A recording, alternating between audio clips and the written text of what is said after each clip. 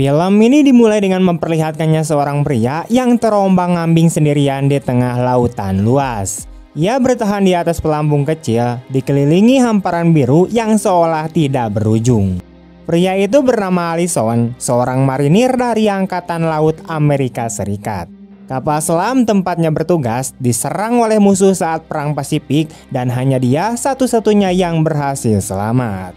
Selama 7 hari penuh, ia berjuang hidup di tengah laut tanpa makanan dan tenaga, hanya mengandalkan air hujan yang ia tampung untuk bertahan hidup. Rasa lelah dan kesendirian hampir membuatnya putus asa, hingga suatu pagi ia melihat bayangan daratan di kejauhan.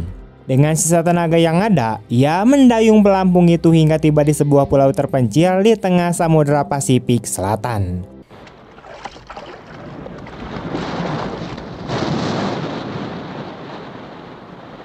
Meski tubuhnya lemah, ia merasa sedikit lega karena akhirnya bisa menginjak daratan. Saat menjelajahi pulau itu, Allison menemukan sebuah perkampungan kecil yang tampak sepi dan ditinggalkan. Rumah-rumah di sana pun kosong tanpa ada tanda kehidupan.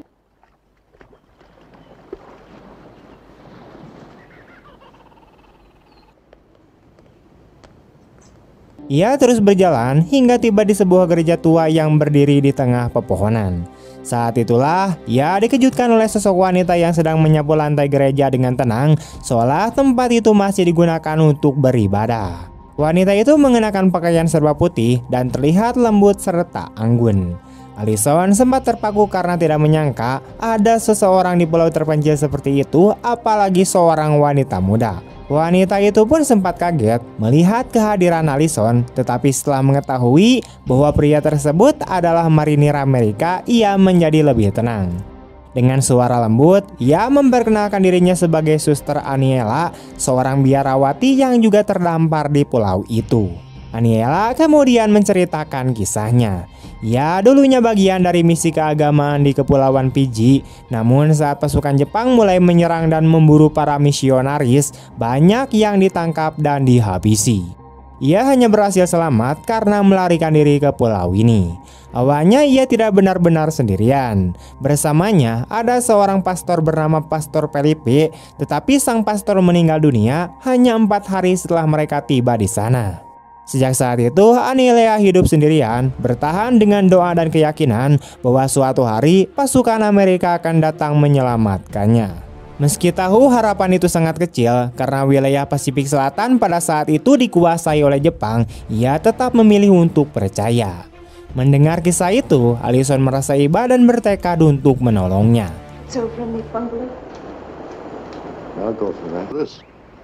Good night, Mr. Allison. Ia berencana membuat rakit dari pelampung karet yang dulu menyelamatkannya di laut agar mereka bisa meninggalkan pulau itu. Untungnya, di pulau itu masih banyak tanaman dan buah-buahan yang bisa dimakan. Hari demi hari berlalu dan keduanya pun semakin akrab. Aniela yang lembut dan penuh keyakinan membuat Allison yang keras dan tidak begitu beriman mulai belajar arti sebuah harapan. Suatu hari, Allison bertanya mengapa wanita muda seperti Aniela memilih menjadi biarawati. Dengan senyum tenang, Aniela menjawab bahwa ia melakukannya karena cinta yang tulus kepada Sang Tuhan. Beberapa waktu kemudian, saat mereka berjalan di tepi pantai, Aniela melihat seekor penyu berenang di dekat bibir air. Allison memanfaatkan momen itu untuk mengajarinya cara bertahan hidup. Dengan alat seadanya, mereka berusaha menangkap penyu itu dan setelah perjuangan yang melelahkan, akhirnya Allison berhasil membawanya ke darat.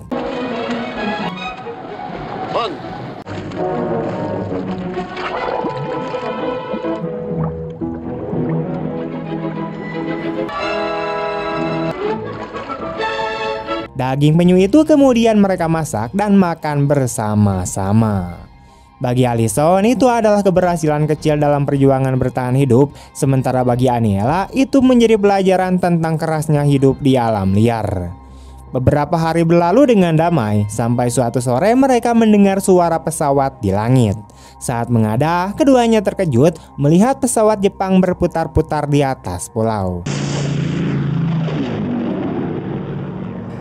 Allison segera menarik tangan Aniela dan membawanya bersembunyi di dalam gua di antara bebatuan besar. Malam itu mereka tidak bisa tidur karena cemas pesawat itu mungkin sudah melihat tanda kehidupan di pulau tersebut. Even an old Marine like me, nothing to be ashamed of.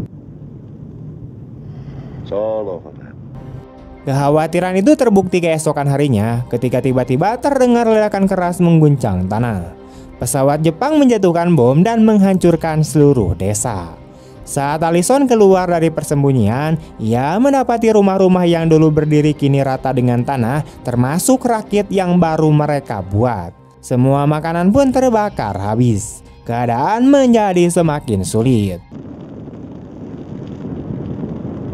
Tak lama kemudian, beberapa kapal Jepang datang dan menurunkan pasukan di pantai.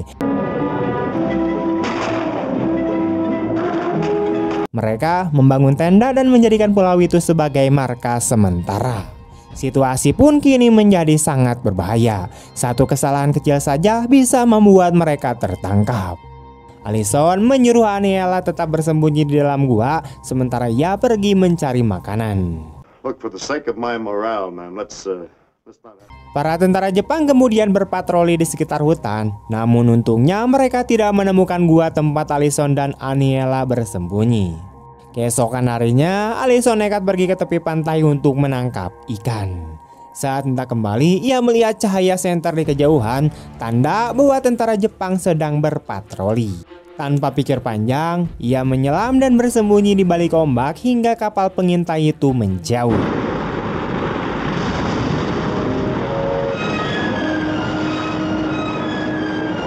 Setelah keadaan aman, ia kembali ke gua dengan beberapa ekor ikan.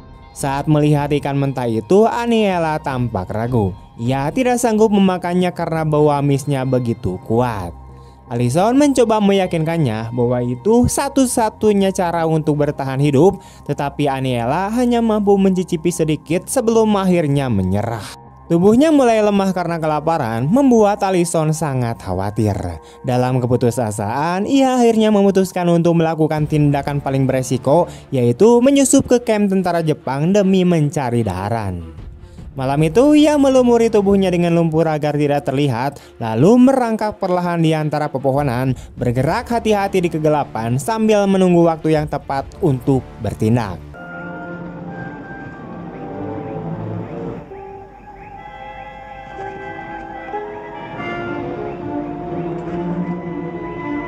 Ketika malam semakin poek dan sebagian pasukan Jepang mulai tertidur, Allison akhirnya melihat kesempatan untuk bertindak.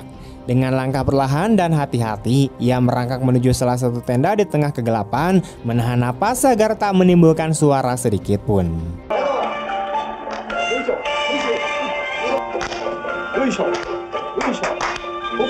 Setelah masuk, ia berhasil mengumpulkan beberapa makanan dan di antara barang-barang yang tertinggal, ia menemukan sebuah sisir kecil. Tanpa ragu, ia mengambilnya dan membawanya kembali, bukan hanya sebagai benda biasa, melainkan sebagai hadiah sederhana untuk Aniela, sebuah bentuk perhatian di tengah kesulitan dan bahaya yang mengelilingi mereka. Keesokan paginya, Allison berencana memberikan kejutan. Ia menata beberapa bunga di atas sebuah batu, meletakkan sisir di sampingnya, lalu bersembunyi di balik bebatuan untuk melihat reaksi Aniela. Ketika sang biarawati menemukan bunga dan sisir itu, ia tampak tersentuh. Namun dengan lembut, ia menjelaskan bahwa dirinya tidak bisa menggunakan sisir tersebut karena sejak awal menjalani hidup sebagai biarawati, rambutnya dipotong sangat pendek seperti para nopis lainnya. Menyadari bahwa hadiah itu tidak akan berguna, Allison hanya memintanya untuk membuangnya. Cherish it always. Meski begitu, Aniela tetap tersenyum lembut, menunjukkan bahwa ia menghargai niat tulus di balik pemberian itu. Dari momen itu, jelas bahwa Allison sudah tidak mampu lagi menyembunyikan perasaannya. Ia jatuh hati kepada wanita yang selama ini hanya ia pandang sebagai lambang kesucian dan kebaikan. Keberanian pun tumbuh dalam dirinya. Suatu hari ia memberanikan diri untuk bertanya kepada Aniela apakah ia pernah berpikir untuk meninggalkan kehidupan religiusnya dan hidup sebagai wanita biasa, mungkin menikah dan memiliki sebuah keluarga. Namun Aniela menatapnya dengan ketenangan yang sama seperti biasanya. Ia menjelaskan bahwa sumpah yang telah diucapkannya bukan sekadar janji, melainkan ikrar suci kepada Tuhan. Ia menegaskan bahwa cinta yang ada di hatinya hanyalah untuk Tuhan, bukan untuk seorang pria seperti Allison. Mendengar hal itu, hati Allison terasa hancur, namun dalam dirinya masih tersisa sedikit harapan bahwa suatu hari Aniela mungkin akan berubah pikiran. Pada saat yang sama, sebuah ledakan keras mengguncang hutan di sekitar mereka. Tanah bergetar hebat dan suara tembakan menggema di kejauhan. Allison segera beralih keluar dari gua dan melihat langit yang dipenuhi asap serta kilatan cahaya dari pertempuran di laut. Kapal perang Amerika sedang bertempur melawan armada Jepang di perairan Pasifik. Ketika suara ledakan mulai mereda, Allison mendekati area tempat pasukan Jepang sebelumnya berkemah. Ia terkejut mendapati bahwa mereka telah meninggalkan pulau itu dengan tergesa-gesa. Ia segera memanggil Aniela dan bersama-sama mereka memeriksa lokasi tersebut. Di sana mereka menemukan banyak persediaan makanan dan perlengkapan yang tertinggal. Bagi Allison, ini adalah kesempatan langka untuk mendapatkan kebutuhan hidup yang cukup. Dengan penuh semangat, mereka membawa persediaan itu ke rumah bekas tentara Jepang dan untuk pertama kalinya dalam waktu yang lama, mereka bisa bernapas lega. Malam itu, keduanya bernyanyi dan menari dengan gembira, seolah ingin melupakan sejenak semua penderitaan yang telah mereka lalui. Saat matahari mulai terbenam, Allison bersenandung dengan santai, sementara Aniela menjahit dengan damai di dekatnya. Suasana terasa hangat dan menenangkan, hingga Allison tak kuasa menahan perasaannya. Ia memandang Aniela dan dengan suara lembut bertanya apa yang akan ia lakukan jika suatu hari mereka berhasil diselamatkan dan kembali ke Amerika Serikat. Dengan ketulusan yang sama seperti biasanya, Aniela menjawab bahwa ia akan kembali ke biara, menyelesaikan pendidikannya, dan melanjutkan pengabdiannya kepada Sang Tuhan. Jawaban itu membuat hati Allison kembali terluka. Ia menunduk sejenak, lalu dengan jujur menyatakan keinginannya untuk menikah dengannya, membangun kehidupan bersama, dan memiliki seorang anak. I never even lived before. Not really. Aniela terdiam lalu menatapnya dengan mata berkaca-kaca. Ia mengakui bahwa ia tersentuh oleh ketulusan hati Allison, namun tidak bisa memberikan harapan palsu.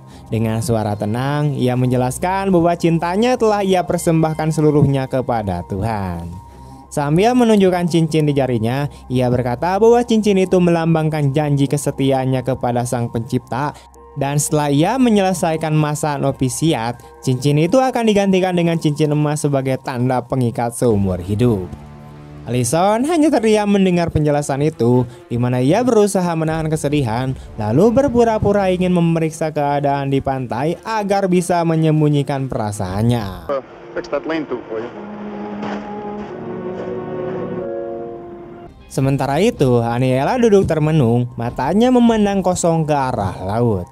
Ia sendiri menyimpan perasaan yang tak bisa diakui. Di dalam hatinya, ia mengagumi keberanian dan kebaikan Allison, namun ia tahu bahwa membiarkan perasaan itu tumbuh berarti mengkhianati panggilan hidupnya. It ain't fair to his family or the Corps. One of them's got to get the short end. Certainly, Mr. Allison.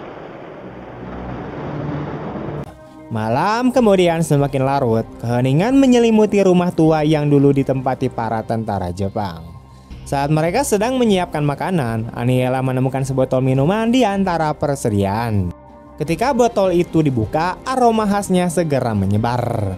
Allison menjelaskan bahwa itu adalah tuak, minuman khas Jepang yang mirip dengan anggur.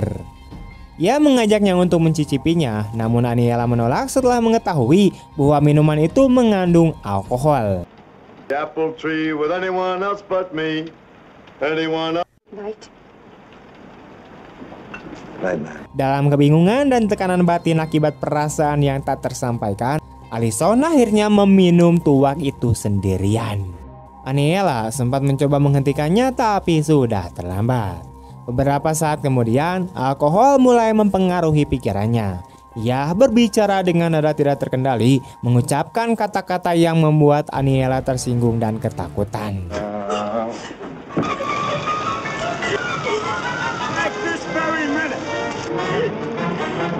Merasa kecewa dan terluka, Aniela berlari keluar rumah, menembus hujan deras dan kegelapan malam. Sadar akan kesalahannya, Allison segera mengudaknya. Ia menemukannya tergeletak di tanah, di mana tubuhnya lemah dan menggigil karena kedinginan. Dengan panik, Allison memapahnya kembali ke gua dan menyalakan api kecil untuk menghangatkan tubuhnya.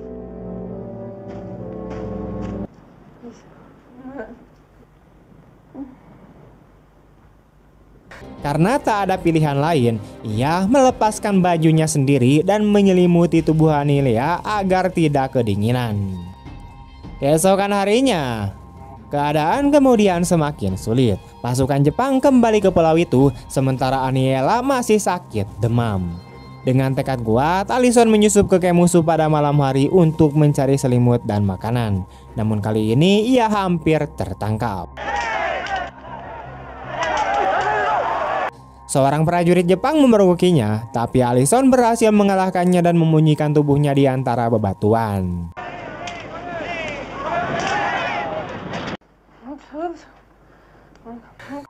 Ia lalu kembali ke gua membawa perbekalan. Ketika Aniela sadar, ia terkejut mendapati dirinya hanya berbaring di atas selimut.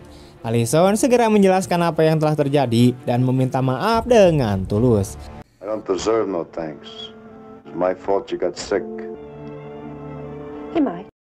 Namun bahaya belum berakhir. Menyadari salah satu prajuritnya hilang, pasukan Jepang mulai melakukan pencarian besar-besaran. Mereka membakar sebagian hutan dan memeriksa setiap sudut pulau. Sementara itu di dalam gua, Aniela hanya bisa berdoa dengan khusyuk, memohon agar mereka tidak ditemukan. Mukjizat pun terjadi, di mana mereka berhasil tetap tersembunyi. Tak lama kemudian, langit dipenuhi suara pesawat tempur Amerika yang datang membombardir posisi Jepang.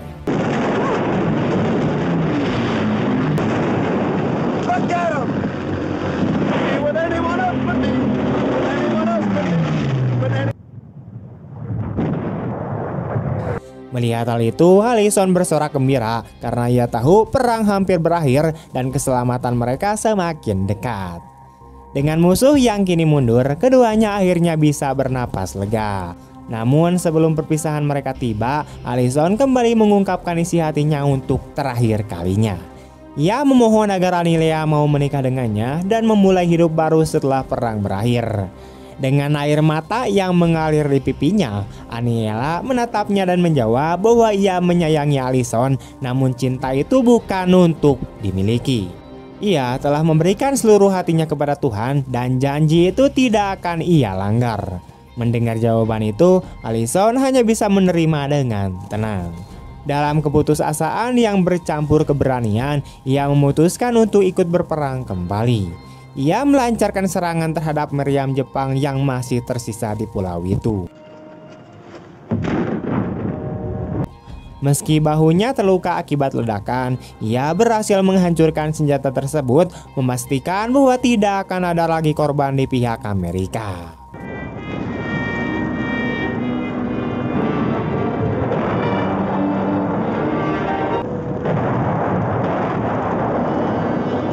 Tak lama kemudian, pasukan Amerika mendarat di pulau itu dan menyelamatkan mereka berdua. Setelah perang berakhir, Aniela dikirim kembali ke Fiji, lalu pulang ke negaranya untuk melanjutkan kehidupan religiusnya. Sementara Allison kembali bertugas hingga akhir Perang Pasifik.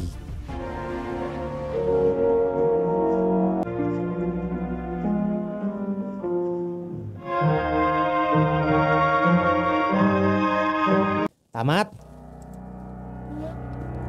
Pesan moral dari kisah ini adalah bahwa cinta sejati tidak selalu harus berakhir dengan kebersamaan.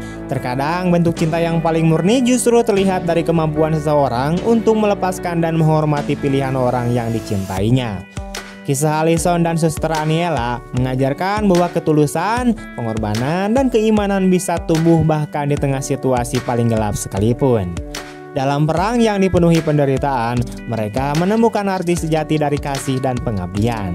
Dari keduanya, kita belajar bahwa cinta sejati bukan sekadar tentang memiliki, melainkan tentang memberi tanpa syarat, menjaga tanpa menuntut, dan menerima dengan lapang hati bahwa beberapa cinta memang ditakdirkan hanya untuk dikenang, bukan untuk dimiliki. Sekian dulu teman-teman untuk video hari ini. Bagaimana tanggapan kalian tentang film ini? Tulis di kolom komentar. Dan jika kalian suka dengan video ini, jangan lupa untuk like, comment, share kemanapun kalian suka. Terima kasih banyak telah menonton sampai akhir. See you next time and bye-bye.